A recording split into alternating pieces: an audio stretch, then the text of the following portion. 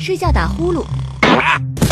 除了会被老婆一脚踹下床，还可能威胁健康呢。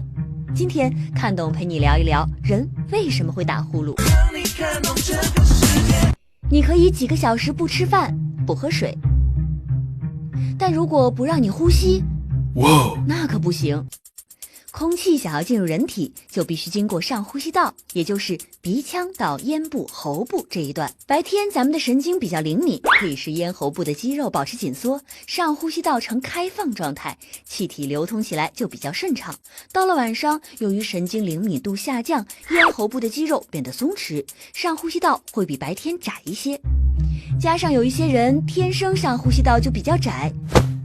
或者悬雍垂、扁桃体、会咽等部位肥大，睡觉时很容易出现舌根后坠、咽喉壁塌陷的情况，上呼吸道变窄，甚至被堵塞。当气流高速通过这些狭窄的部位时，就会形成漩涡，引起悬雍垂和舌根快速震动，发出讨厌的呼噜声。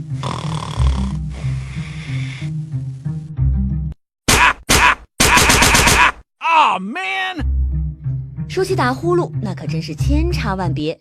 有惊天动地的豪迈型，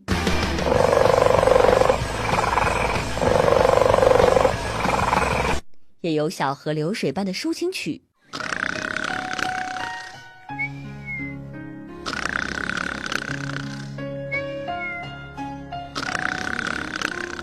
还有跌宕起伏的 freestyle。我想在跑车里，想要一辆法拉利，心跳强了没魅力，一切都得靠你自己。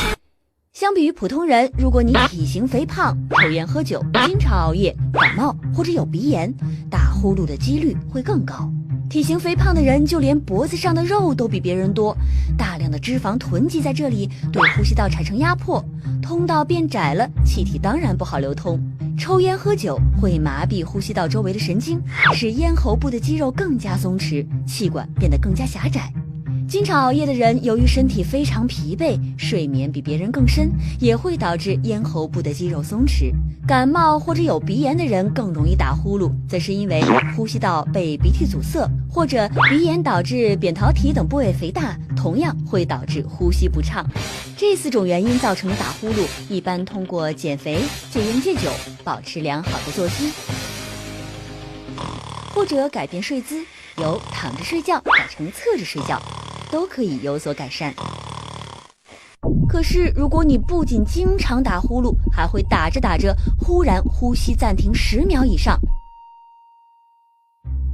白天特别容易嗜睡，那就得小心了，你很可能患上了阻塞性睡眠呼吸暂停低气压综合征，简称睡眠呼吸暂停综合征。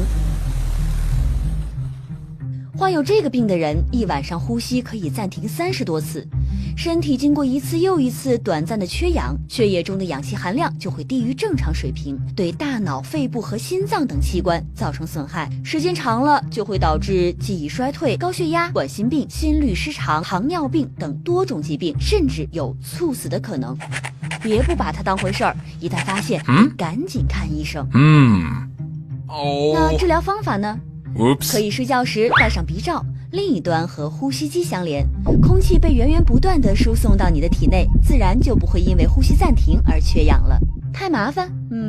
你也可以选择佩戴口腔矫治器，使下颌前移，带动呼吸道中的软组织也向前移动，从而把呼吸道变宽。或者你也可以考虑做手术，切除自己过度肥大的扁桃体、腺样体等部位，一劳永逸。总之，任何治疗方法都是为了能够让你在睡觉的时候保持呼吸通畅，具体选择哪一种，还是要遵从医生的建议。那么问题来了，你听过最奇葩的呼噜声是什么样呢？